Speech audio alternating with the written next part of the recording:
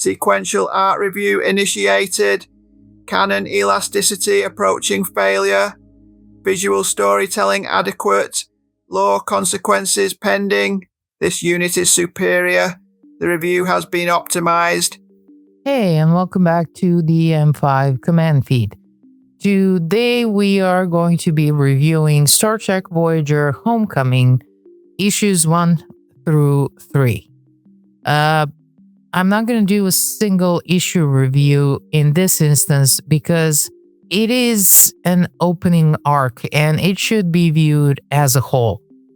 That's the way I at least see it.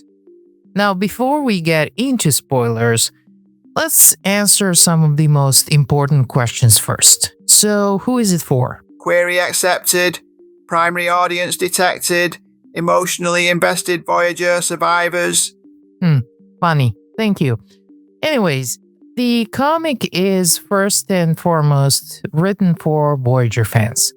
If you love Voyager, if this crew still matters to you, if you spend years defending or debating Janeway's decisions, this comic understands you. It really does respect the ship, the crew, and the weight of 7 years spent getting home. But it doesn't stop there. Now, if you're a Star Trek fan who never quite connected with Voyager, this arc might actually reframe the series from you. Some of the choices that usually and mostly frustrated people during the show are kind of revisited here with some more clarity and maybe a little bit more maturity, especially when it comes to Janeway. Look, I'm not telling you that you suddenly have to love Voyager, but this might be the first time certain decisions actually click. Reinterpretation protocol engaged. Historical annoyance reduced. Great, thank you. When it comes to non-Star Trek readers, yeah, this is not the ideal entry point. Honestly, I think you will be completely lost. Story does assume some familiarity with the universe. This isn't your first contact. This is more like returning to a ship that already has a very long service record. So, honestly, I don't recommend that for people who actually know nothing about, first of all, Star Trek. You do need to have some familiarity with this world. But hey, if you want to give it a try, you never know, you might actually like it. Now, one of the strongest things these 3 issues do set is tone immediately. The opening issue 1 doesn't really rush into action, and it does. I know, it's weird. It really does pause for a second. It gives you kind of a memory collage. Moments that define Voyager.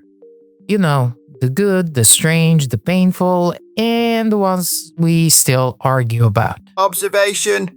Organic narrative relies heavily on emotional shorthand. Correction required. Contextual data will be supplied. Thank you, M5. And honestly, this is one of the smartest choices the comic makes. Because if you're a Voyager fan, you will instantly recognize what you're seeing. If you're not, the comic is kind of quietly telling you that, look, these moments mattered. You might not know what the hell we're talking about, but we're talking about something. Archival reference detected. Bride of Chaotica. Captain Janeway engages in exaggerated pulp fiction roleplay to resolve holodeck malfunction. Human strategy. Defeat cosmic threat through theatrical commitment. Effectiveness inexplicably high. Yeah, and this is Voyager at its most unapologetically fun. Janeway leaning all the way in, chewing scenery, the crew embracing the absurdity, and somehow it still feels right. You know, it's ridiculous, but it's earned ridiculous. Well, at least I like to tell myself that. Archival reference detected. Life signs. Medical hologram develops emotional attachment. temporary illusion of romantic fulfillment achieved, outcome, loss, grief, and prolonged audience sadness. This one, on the other hand, is quiet. It's gentle and devastating in the very Voyager way. Look, the Doctor dancing with the Narapel isn't flashy, it's just so deeply human. And seeing it referenced here immediately grounds the comic emotionally. Archival reference detected, threshold, warp 10 experiment results in extreme genetic mutation, crew members transformed into amphibious organisms, human response, collective agreement to never discuss this again. And then we have this. The episode Voyager fans like me really like to joke about, cringe about, and argue about endlessly. The comic even acknowledges it with a kind of wink, basically admitting, yeah, this happened, and yeah, we're moving on. Archival reference detected, Tuvix, 2 officers merged into single sentient being, command decision, terminate individual to restore originals, organic debate status, unresolved, permanently. And this is the big one, Tuvix, a decision that still splits the fan base straight down the middle. The comic doesn't explain it, excuse it, or, justify it. It just acknowledges that it happened. And it still matters. Summary: Voyager history contains triumph, error, ethical compromise, and selective memory. Conclusion: organic nostalgia is inefficient but persistent. And look, this is just one page in a comic book, but it works. It's not nostalgia bait, it's kind of a context. What I saw is basically comics saying, we remember where this crew has been, and we're not pretending it was simple. Now, across all 3 issues, the characters sound like themselves. Janeway feels experienced, tired, and absolutely still in command. 709 is written with restraint and continuity. She did not progress and not softened for convenience. Chakotay, Taurus, Ferris, Tuvok, Kim, the Doctor, they all feel consistent. And that alone makes this arc stand out among some, let's not go there, but expanded Trek stories. Let's keep it fun during this review. Character drift minimal, acceptable continuity levels maintained. Now, I'm going to give you this is kind of a quick note on canon from my perspective. When it comes to me personally, I like to give comics and novels more latitude than on-screen Trek. Canon consistency is a bonus, not a requirement. That said, Homecoming does respect established continuity, and it does so thoughtfully without feeling constrained by it. It uses canon as a foundation, not a checklist. Now, taken together, issues 1 through 3 are a very strong opening arc. They are character-driven, Voyager-specific, and emotionally grounded. Like I've said, if you're a Voyager fan, this is a very easy recommendation. If Voyager didn't work for you, this might be worth a second look. Try it. Okay, now this was a non-spoiler review of these 3 issues. Now we move on to the spoilers, and if you don't want to get spoiled, this is a time you need to pause and maybe come back after you read these 3 issues. It was nice having you. See you around soon. Warning issued. Narrative containment has failed. Spoilers imminent. Now, what becomes clear once you look at all the 3 issues together is that this story isn't actually about getting Voyager home. It's more about accountability. Look, issue 1 is more or less about a memory and the setup. Arrival doesn't erase consequences. Janeway's guilt is still there, the crew shared history still matters. Now, issue 2 kind of slightly shifts into some slight judgment. The choice of species 8472 as the antagonist is a key for me. Look, they are not random villains. They are literally a consequence species. A Voyager changed them. Janeway changed them. From their perspective, she really represents the instability on a terrifying scale. And the comic does not dismiss that kind of a fear. I love the fact that they used the species 8472 as the antagonist and not went with the easy route, making it about Borg. Because 8472 is uniquely Voyager, and you can definitely see the consequences, and it would be logical to see the consequences of their interaction with Voyager. Conclusion: threat assessment by species 8472 is not illogical. Now, in the second issue, we have Janeway's decision to erase the singularity data, stranding Voyager again to protect Earth. And that decision is kind of the emotional core of the arc.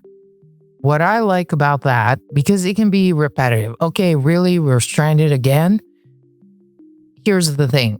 This is not a caretaker decision that's just been repeated. This is kind of a corrected version. In this issue, we can definitely see that Janeway is fully aware of the cost. She accepts it. There are no big speeches. There are no illusions of reward. There's just responsibility. And the responsibility to protect humanity against the imminent threat. That's the part that was missing with a caretaker. Yeah, I think this is a better version of a caretaker. If you put it in the context of any Starfleet captain that we know of, you can't argue that any of them wouldn't make the same call. Issue 3 kind of complicates things further by reintroducing the Borg, but what I like is they are not introduced as an easy threat. We're talking about survivors. We're talking about disconnected Borg who are unable to assimilate. They are forced into cooperation instead of domination. The whole, let's say, addition to canon where fluidic space is preventing assimilation is kind of a really good constraint. It kind of removes the easy fear button and forces the story into more of a moral territory. Seven's interactions with them reinforce her growth. She engages without being pulled backward. Her agency is definitely never in question. Assessment: 7 of 9, autonomy intact, regression avoided. Well, thank you for repeating what I just said. Anyways, Tuvok's condition works as a ticking clock, not as an action subplot. He represents the personal cost of command decisions. The doctor restraining him in one of the most quietly devastating moments in this arc. Basically, what is so tragic is that a character that thrives on logic is the one thing that is literally destroying him. Expertise can only delay the inevitable. By the end of the issue 3, Janeway faces another impossible decision involving the Borg, species 8472, and the risk of bringing danger back to Earth. Either way, this is a minor take I have against this issue. The pacing is slightly compressed, and I would have welcomed a little more space here. But you know what? Thematically, it works. The choice isn't good versus evil. It's which danger you're willing to take responsibility for. And that's kind of pure Voyager. So at the end, the beginning arc of the Star Trek Voyager Homecoming shows that it really does understand Voyager. They don't apologize for it. They are not trying to rewrite it. I mean, not yet. They're trying to examine it, put it in a different context. Characters are allowed to evolve without being erased, which was not a thing, unfortunately, in a TV show. We all know there was this mandate that characters always have to be the same at the beginning of a new season because, syndication, which is a baffling decision. But here, in just 3 issues, you can see that evolution of characters. Past decisions are re-examined instead of simply mocked. Janeway is allowed to be complex without being turned into a freaking psychopath, because we had situations like that. I love Voyager, but Jesus Christ, sometimes they were trying to write her to be tough, in quotes, but they would go so overboard that it would almost seem psychopathic. And the only thing that was holding it back is actually the performances. I mean, we don't need to wallow on that. But honestly, she's allowed to be who she is without comic trying to punish her for it. I don't want to repeat myself, but if you're a Voyager fan, definitely pick this up. Even though I gave you all the spoilers, trust me, you're gonna have real fun time reading this. Regardless, I have reread it a couple of times now, and every time I'm having fun. The next issue is coming on, I think, January 7th, and we'll be talking about it right here on Temporal Star Chronicle. See you soon. Review complete. Emotional integrity preserved. Efficiency maintained.